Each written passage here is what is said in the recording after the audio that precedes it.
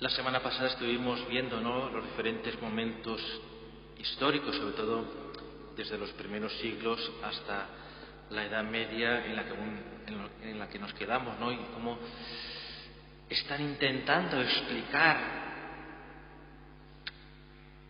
la Eucaristía, es decir, el momento en el que pues se consagra el pan, ¿no? ¿Cómo es esto de que el pan es el cuerpo de Cristo, ¿no? Y estuvimos viendo diferentes maneras de ir actuando, ¿no? Y nos quedamos sobre todo en esta que más o menos es la que va a coger más fuerza poco a poco, pero veremos que también pues creará un poco de discordias.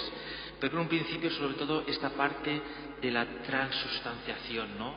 Lo que es la sustancia, que dijimos de que sobre todo la diferencia entre la sustancia y los accidentes, ¿no? Que la sustancia se entiende en la esencia, lo que hace que el ser subsistente en el sí mismo, el principio de unidad que hace existir algo en sí mismo, lo que lo diferencia de los demás.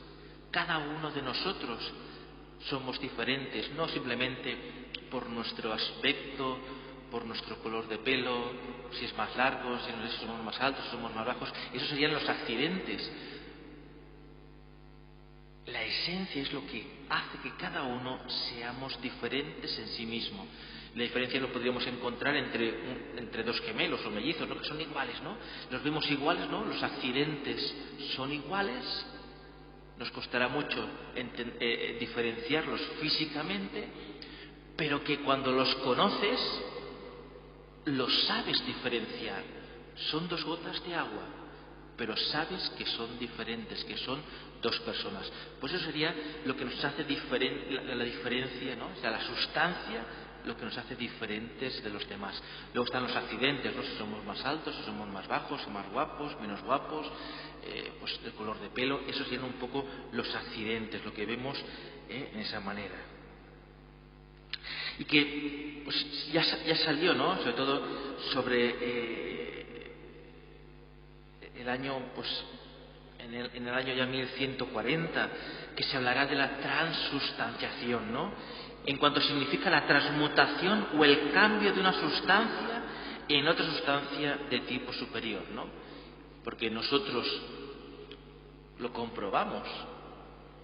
Tenemos el pan, ¿no?, la forma, la consagramos y continúa siendo pan. Sabe a pan, tiene el color a pan, huele a pan. Pero la sustancia ha cambiado. Ya no es una simple trozo, sino que es el cuerpo de Cristo. Ha cambiado la sustancia. Eso, por eso la transustanciación. Lo iremos matizando más adelante, cómo pues van cogiendo pues forma este nuevo pensamiento. Si por la consagración eucarística se cambia la sustancia del pan y del vino, por lo que os decía, aunque permanecen intactas las propiedades de los accidentes. Pensad que esto es una manera, claro, se está intentando definir lo que es indefinible, es decir, el sacramento. Estamos intentando y ahí es donde, y esto es lo que radicará en diferentes problemas más adelante, ¿no? Porque unas personas lo entenderán de una manera, otros lo entenderán de otra, se desviará por aquí, se desviará por allá, y entonces volveremos a crearse otras maneras, ¿no? Que en definitiva, como iremos viendo, sobre todo durante la historia, ha sido el confundir, ¿no?, el mezclar un lenguaje filosófico con un lenguaje teológico. Es como mezclar la velocidad con el tocino, pues un poco aquí hacen lo mismo, ¿no? Y que cada uno quiere poner su grano de arena y que al final pues se va liando todo un poco y que no sabían diferenciar lo que era, es decir, era un todo. Pues aquí ya empiezan a diferenciarlo, ¿no? Porque sobre todo la parte más occidental, los más occidentales que somos nosotros, lo queremos todo muy racionalizado, todo mucho a través de la razón, lo queremos saber, ¿no? Somos como ese niño. ¿Y por qué? ¿Y por qué? ¿Y por qué? ¿No? Pues al final hay, bueno, pues porque sí. Al final tendremos que llegar a ese sentido. Pero lo queremos explicar lo máximo posible, ¿no? Y es lo que le está pasando a estos autores, que estamos hablando de autores de alto nivel de conocimiento, sobre todo filosófico y teológico, es decir, que no son personas cualquiera, sino que son personas que realmente pues están dándole vueltas al tarro, dándole vueltas a la cabeza para poder definir lo mejor posible. Cristo se hace presente en la totalidad de su persona, ¿no? Cuerpo, sangre, alma y divinidad. Ese es el concepto de la transustanciación, ¿no? Las ventajas de esta explicación son grandes. Una transformación simbólica entendida en sentido dinámico y abierto, ¿no? Estoy diciendo, de que no es una cosa estática, sino que es sobre todo dinámica y abierta en este sentido. La relación entre el gustar los dones y participar de la salvación se restablece. La presencia de Cristo no aparece encerrada en un espacio y en un tiempo, ni sometida a unas propiedades materiales o circunstanciales. Eso había quedado como muy estático, pues ahora queda este dinamismo. El Señor puede estar en todos los sitios, porque el Señor parecía que si estuviera solo en el pan ya no podía estar en otra parte. No, puede estar en el pan y también en otras partes, porque es dinámico esta manera de ver. Se explica que Cristo pueda estar presente y permanecer al mismo tiempo en diversos lugares. Se trata de una presencia no corpórea, sino sustancial. La presencia del Cristo ahora no es una presencia de cuerpo, como lo estuvo cuando estuvo como persona humana entre nosotros, sino que de sustancia. Por eso en el pan puede ser el cuerpo de Cristo, porque la sustancia cambia. Lo que es ese pan en la parte esencial cambia, aunque los accidentes, aunque huela pan, sepa pan, tenga color de pan, y aunque pues todo ello parece que sea pan, pero después de la consagración es el cuerpo de Cristo. Y por eso también se encuentra sentido a la adoración y veneración que decíamos. Por eso podemos adorar y venerar la Santa Eucaristía. Pero queda una cuestión pendiente, ¿no? ¿Cómo sucede la transustanciación? ¿Qué ocurre con las sustancias naturales del pan y del vino? Claro, vale, decimos que cambia la sustancia, pero bueno, ¿y esto qué pasa? Pues lo explican de esta manera. El pan se disuelve en la materia preexistente, es decir, la materia preyacente adquiere una nueva forma, se transforma. Simplemente, pues podríamos decir que esa sustancia, que es pan, se convierte en sustancia del cuerpo de Cristo. El pan y el cuerpo del Señor coexisten con las sustancias del pan y el vino. Se trata de una consustanciación e impanación. El pan y el vino son aniquilados o extinguidos por la sustancia del cuerpo y la sangre de Cristo que ocupan su lugar. La sustancia del pan y del vino se transmuta o transforma la sustancia del cuerpo y la sangre de Cristo, como sucede en el cuerpo con los alimentos. La mutación eucarística no puede ser un acto negativo de Dios, sino que debe ser algo positivo. No se trata ni de aniquilación ni de simple sustitución de sustancias, sino de conversión en una sustancia en otra, elevándola por el poder de Dios a la dignidad del cuerpo y la sangre de Cristo. Es decir, ese pan y ese vino, la sustancia se transforma, es decir, no es borramos sustancia de pan y ponemos sustancia sino que se transforma, de que a través de Dios le da esa categoría divina, en ese sentido. De que vamos, es decir, concretando poco a poco, ¿no? Fijaros de que no es fácil, porque estamos hablando del misterio de la Eucaristía. Y vamos pues un poco pues en esta manera de hacer, ¿no? Con este lenguaje teológico que están cogiendo. Santo Tomás, uno de los grandes teólogos de la historia, en la que ha influido mucho, porque tiene muchos libros escritos y que gracias a él pues podemos tener un conocimiento de Jesús y del Espíritu Santo y de Dios, porque escribió muchos tomos. Es decir, que hay bastantes, ¿no? Todo la Suma Teológica, y que son bastantes tomos. Es decir, que según dice la tradición, de que era capaz de escribir 5 o 6 libros a la vez. No es que los escribiera él, sino que los iba dictando. Es decir, pero un poco como estos que hacen las partidas de ajedrez simultáneas, pues él hacía lo mismo, iba dictando a lo mejor a 5 o 6 escritores a la vez, y sí que tenía era pues un intelectual, ¿no? Tenía una capacidad muy grande. Santo Tomás nos dirá que la Eucaristía es signo de salvación y medio para la vida espiritual del hombre. La Eucaristía es signo conmemorativo, según como lo dice él, es signum conmemorativo, es decir, es un signo conmemorativo de la pasión y muerte de Cristo, de su sacrificio, de la nueva alianza, que resume todos los sacrificios del Antiguo Testamento y de la humanidad entera. También dice que es un signo, también es un signo comunionis, es un signo de comunión, porque es el sacramento de la unidad de la Iglesia.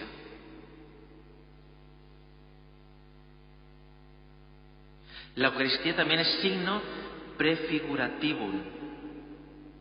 Prefigurativo es el camino que nos conduce a la definitiva unión con Dios, la nueva alianza. En sí misma la Eucaristía es símbolo real, símbolo real del cuerpo y de la sangre de Cristo. Mirad que estos conceptos se van mal a entender, porque lo que es el concepto símbolo, claro, si le vacías de contenido, como veremos que pasará, si le vacías el contenido, ya no es el mismo Cristo. Aunque sea un símbolo, es un símbolo real, tiene fuerza, no es cualquier cosa. La Eucaristía que la tenemos aquí presente es un símbolo real, es el mismo Cristo que está ahí. No es el Cristo, no es Jesús hombre, es el sacramento, ¿no? Y por eso hay que diferenciarlo. Jesús hombre ya no está con nosotros, está el Espíritu Santo, y a través del Espíritu Santo podemos tener el cuerpo de Cristo, pero el Jesús sacramentado. Pues eso es símbolo real. Realmente es el símbolo de Cristo, como nos dice Santo Tomás, es un signo conmemorativo. Conmemoramos, actualizamos el sacrificio de Cristo en esa cena pascual que realizó con sus apóstoles. Es un signo de comunión, donde los que venimos a tomar la comunión, quiere decir que todos tenemos una misma fe, un mismo Señor, ¿no? Y este es signo también prefigurativo, ¿no? Que nos dice cada vez que cuando vamos a tomar la comunión, es decir, tenemos que estar preparados, por eso la comunión, que tenemos que vamos en camino a esa definitiva unión con Dios, que será cuando partamos hacia la casa del Padre, que estaremos en esa unión definitiva con Él. El pan y el vino, por la consagración, se transforman en el cuerpo y en la sangre de Cristo. La cuestión de cómo es posible, todo un intelectual no responde con argumentos filosóficos o sistemáticos, sino con argumento de fe. Ahí está la diferencia. Para no caer en herejías o caer en decir cosas que después... No, es que estamos en el ámbito de la fe. Nosotros tenemos fe, nosotros somos cristianos, somos bautizados, somos hijos de Dios, y por eso cuando vemos la cruz con ese trozo de pan consagrado que es el cuerpo de Cristo, le tenemos una gran reverencia, y donde mucha gente ha dado la vida. Si viniera alguien de fuera no creyente, dirían: ¿y esta gente qué hace contemplando un trozo de pan? Mira que son tontos, porque no tienen fe, porque no comprenden el símbolo real que significa esto. Ahí radica la diferencia, en esa fe. Por eso que los argumentos que podamos dar y que vamos dando, que sean filosóficos, nos pueden servir para tener un diálogo con una persona no creyente, para darle una proximidad, pero nunca podremos definirlo con esa exactitud que la misma fe nos da.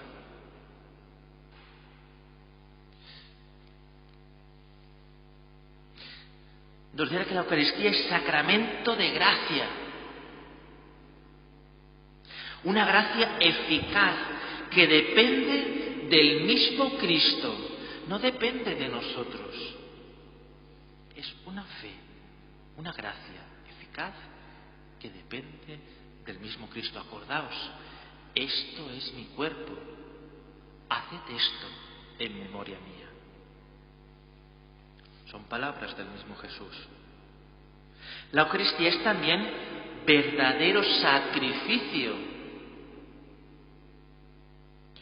Cuando ponemos las especies, ponemos el pan y el vino. Sacrificio, es el Cordero de Dios, el Cordero degollado. Porque tanto el pan como el vino nos hacen la referencia, nos llevan, son signos reales que nos llevan al Cordero degollado, que es el mismo Cristo que adopta esa imagen y se sacrifica por nosotros. Recordamos, conmemoramos, actualizamos ese sacrificio único que hizo Jesús por nosotros para traernos salvación. Y cuando lo hacemos aquí, recordamos, conmemoramos, actualizamos ese sacrificio de Dios, esa salvación del mismo Dios. Por eso le podemos decir que es un sacrificio. La misma es representación y participación de la pasión de Cristo, y por tanto sacrificio rememorativo y representativo de la pasión del Señor. Cristo se ha ofrecido una vez para siempre, y por eso la Eucaristía solo puede ser sacrificio en cuanto representa al mismo sacrificio de Cristo. No hacemos una obra de teatro, no hacemos una representación simple y corriente, no, hacemos un sacrificio. Claro, estas palabras son teológicas, están dichas desde la fe. Cuando esto lo metemos en la razón, pues ¿cómo va a ser un sacrificio, no? Pues que es lo que iremos viendo, ¿no? Cuando llegamos a esa Edad Media, esa parte, digamos, a ese momento de la Iglesia, un momento oscuro donde pues un poco se desvía todo y que empieza a salir también el protestantismo, ¿no? Donde saldrá Lutero y Calvino como grandes rompedores, por decirlo de alguna manera, de la Iglesia, que en un principio tenían buenas intenciones, pero que sin querer romperán o harán ese cisma que hasta el día de hoy todavía no hemos restaurado. El sacerdote tiene y ejerce la función de instrumento al servicio del verdadero sacerdote, que es Cristo. Es decir, nosotros, o en este caso un servidor, es sacerdote en cuanto participa del sacerdocio de Cristo.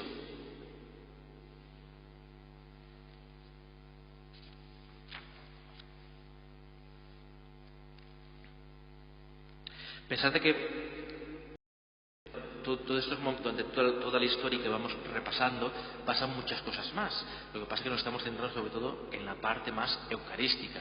No estamos haciendo historia de la Iglesia, sino historia ahora de la Eucaristía, ¿no? Por eso no nos entretenemos en los diferentes acontecimientos que pasaban, sino influyen sobre todo en la Eucaristía, ¿no? Y ahora es cuando empiezan a llegar, después de que llega todo Santo Tomás, pues después de su fallecimiento, también empiezan a haber otros personajes, sobre todo en el siglo XIV y siglo XV, en el que se concentra la atención, en este concepto de la transustanciación, quedando marginados el tema de carácter sacrificial y eclesial. Esto es lo que pasa cuando queremos, por decir de una manera, cosificar la fe, cuando queremos materializar la fe, cuando queremos que 2 y 2 sean 4, y en la fe 2 y 2 sabemos que no son 4. Porque tenemos un Dios que es trino, son 3, pero es 1. Y empezamos por ahí. Y entonces, al centrarse en este concepto de la transustanciación, es decir, la sustancia que se transforma, es decir, una sustancia de pan pasa a ser la sustancia del Cristo. ¿Y qué es lo que? Pues que del sacrificio y de la parte eclesial, 2 fundamentos muy importantes de la Iglesia. Y es cuando se empieza ya a derivar, y veremos cómo se empezará a liar un poco la cosa. Vacían los conceptos del contenido real. Acordaros, estábamos diciendo de que la Eucaristía es signo, símbolo real. Si le quitamos el contenido real, se queda en un puro símbolo, en un puro signo. Le hemos vaciado el contenido. Y veréis lo que se va un poco, es decir, se quedan unas categorías fenomenológicas, es decir, solo lo que veo. Yo ahí veo un pan en una custodia y ya está. Le he quitado la fe. Si le quito la fe, no hay sacramento, no hay cuerpo de Cristo, es un trozo de pan. Hasta ahí vamos a llegar. Empezarán a decirnos durante este tiempo de que un cuerpo no puede existir sin extensión o cantidad. La presencia de Cristo en el pan debe entenderse como ese, es decir, como un estar aquí.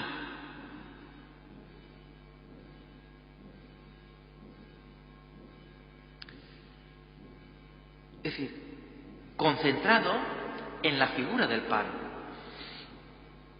Empezaron a decir, no es una transustanciación, sino una consustanciación. ¿Cuál es la diferencia?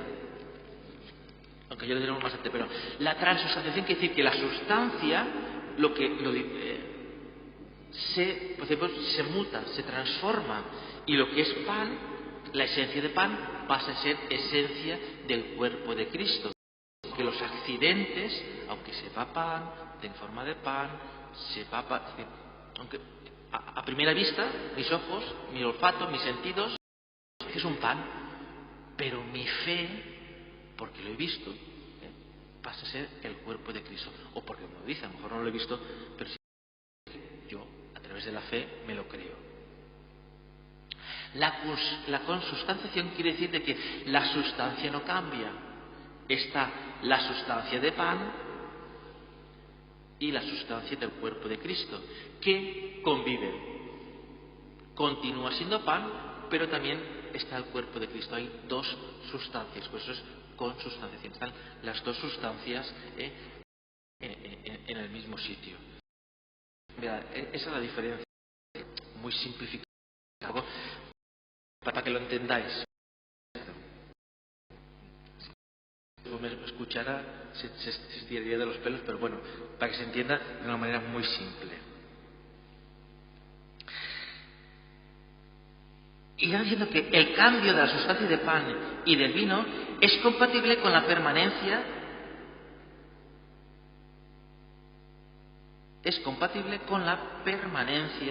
de los accidentes sin sustancia, y que Cristo se hace presente en el pan con su concreción local. Es decir, que la sustancia no es importante, le da más importancia a los accidentes. Y vamos a la parte más material. Niega que la Eucaristía sea sacrificio y que tenga validez cuando se celebra por un más sacerdote. Santo Tomás no dirá eso, pero aquí nos va diciendo de que, imaginaros de que pues, un servidor, pues como no lo como es pecador, pues ¿qué pasa? De que cuando consagra no es válida, porque como sacerdote no es válido, pues eso no es válido, queda anulado. Santo Tomás nos dirá eso, que no depende del porque la consagración, eso ya es más actual de ahora, y pues un poco como lo entendemos ahora, pero que la consagración, claro, no depende del ministro solo,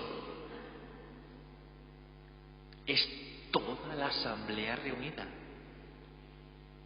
la que hacemos posible, claro, porque ¿qué hemos dicho? Que es sacrificio y aparte, es decir, es comunión, es decir, es lo que nos une a todos. Por eso que es importante ese sentido.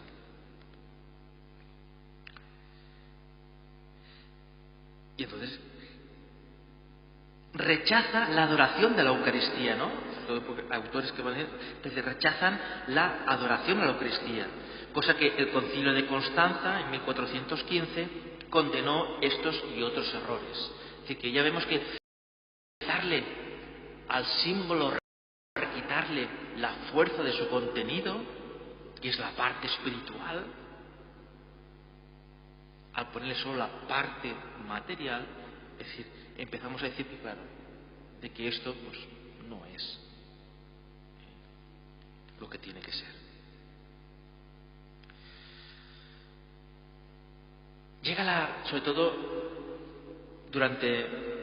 por contextualizar ahora un poco, antes del Concilio de Trento, empezaron a haber muchas el Concilio de Trento sale sobre todo por la controversia protestante, sobre todo Lutero y Calvino, y sale porque empiezan a haber muchos abusos. La Iglesia pues se va desviando de toda de esa manera y van a haber muchos, es decir, podemos decir que es la parte negra, la parte oscura, ¿no? de situación. Y por eso, ¿no? Muy importantes de la crisis, la Eucaristía. Y sale el concilio, la doctrina. No le reaccionar a una praxis de la Eucaristía, pero que sí que salen algunas circunstancias, ¿no? Vemos que la repetición abusiva de misas, es decir, había gente que repetía y muchas misas que era como un abuso, ¿no? Las misas privadas, sobre todo las misas privadas, porque los sacerdotes pues un poco pues todo a la saca.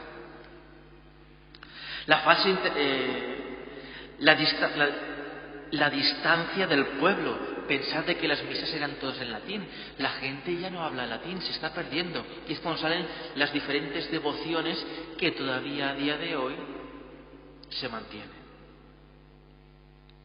Que es el rosario, no sé si lo habréis visto vos, alguno, no sé si por ahí, alguno de vosotros igual lo ha vivido, porque antes del Concilio Vaticano II, pues a mí me han contado algunas personas de que la gente, pues como dice, iba rezando el rosario o iba celebrando la misa y los diferentes sacerdotes que se ponían en diferentes capillas iban celebrando, que algunas pues mira, este va más rápido y se hacía, porque no estaba la concelebración como hacemos ahora, tanto don Rafael como yo que estamos en la misma misa, no, cada uno tenía que celebrar su misa, ¿no? En ese aspecto. Pues un poco pasaba eso también, ¿no? El pueblo se distancia y salen todas estas devociones. Por ejemplo, también en iglesias antiguas que habían, pues todo, había muchos cuadros, muchas imágenes, toda esta cultura, las procesiones, todo eso sale del pueblo de Dios. ¿Por qué? Porque no entiende la Eucaristía, no se les está explicando el sentido verdadero y la fuerza que tiene la Eucaristía. Y el pueblo de Dios, es decir, vosotras, son los que salen a defender esa devoción, a vivir la fe, como el clero pues no les enseña, como la gente no tiene algo que pensar, que en aquel tiempo, aparte de que todo era en latín, la gente no tenía estudios, mucha gente no sabía leer, pues claro, ¿qué va haciendo? De que el pueblo se va alejando de la parte más de la parte más jerárquica, ¿no? Y que se va desviando en ese sentido. Y todas esas situaciones hacen de que el pueblo mantenga la fe.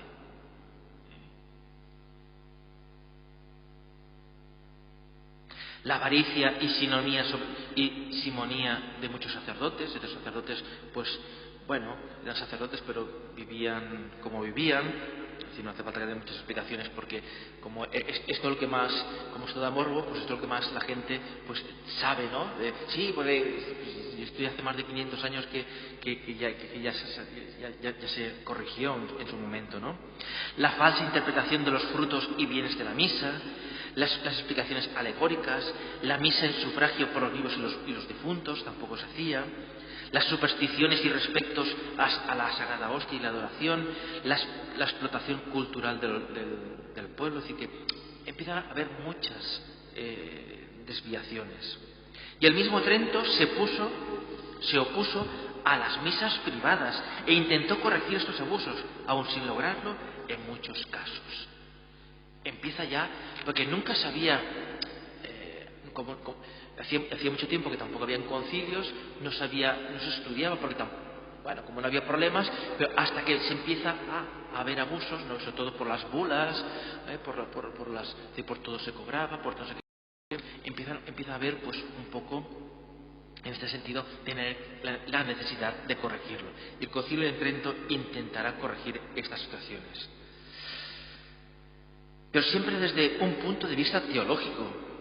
Insistirá en la primariedad absoluta de la Escritura, considerando como decadencia la historia del dogma. La primacía absoluta de la gracia de Dios. Hablará del valor del sacramento, cosa que se ha ido perdiendo, como acontecimiento de la palabra. La doctrina del sacrificio, propondrá la doctrina de la cena del Señor. Tiene que empezar a recobrar y actualizar todo esto, porque, como hemos dicho, la parte del sacrificio se está perdiendo, la parte eclesial se está perdiendo, y el Concilio de Trento empieza a darle ese sentido. Pero sale un personaje, Lutero, que entre el 1518 y el 1522 empezará a hacer diversos escritos sobre la Eucaristía. Como monje Agustín, pues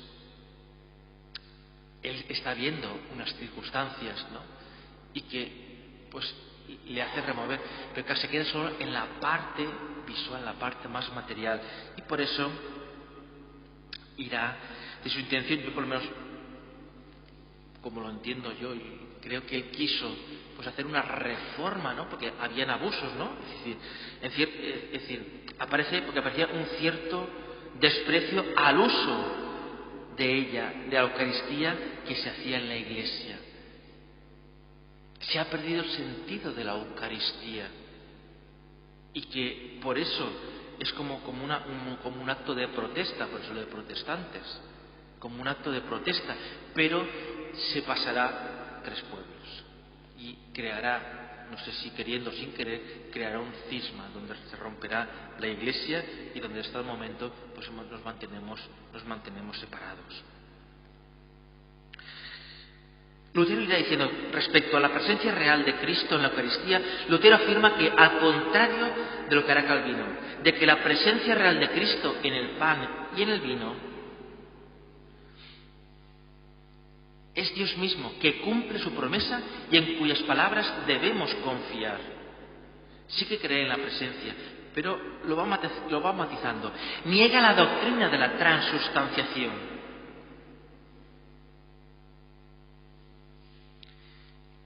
En una opinión teológica, es decir, para él no es sino una opinión teológica personal, pero no un dogma,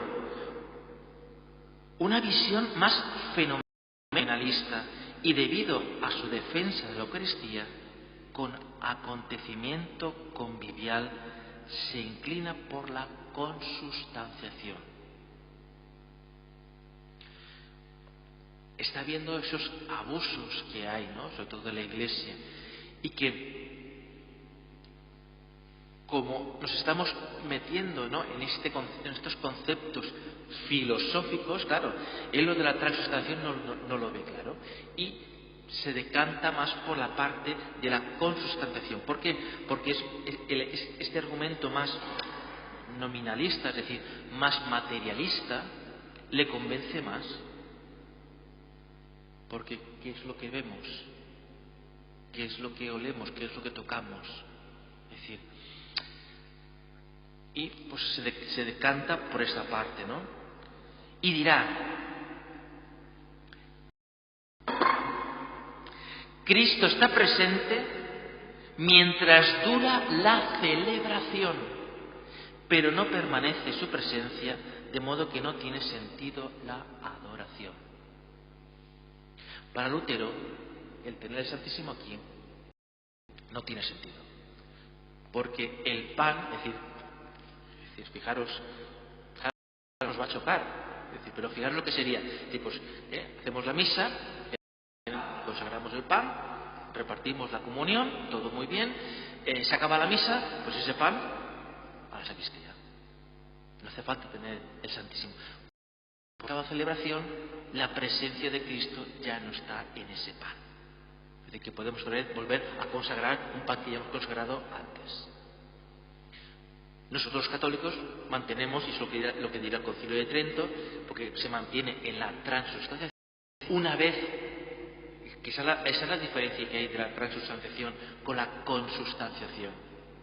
La transustanciación, como la sustancia se transforma, es como si cogemos un vaso de leche, ¿no?, el vaso de leche que cogemos por la mañana, le ponemos el colacao, lo removemos.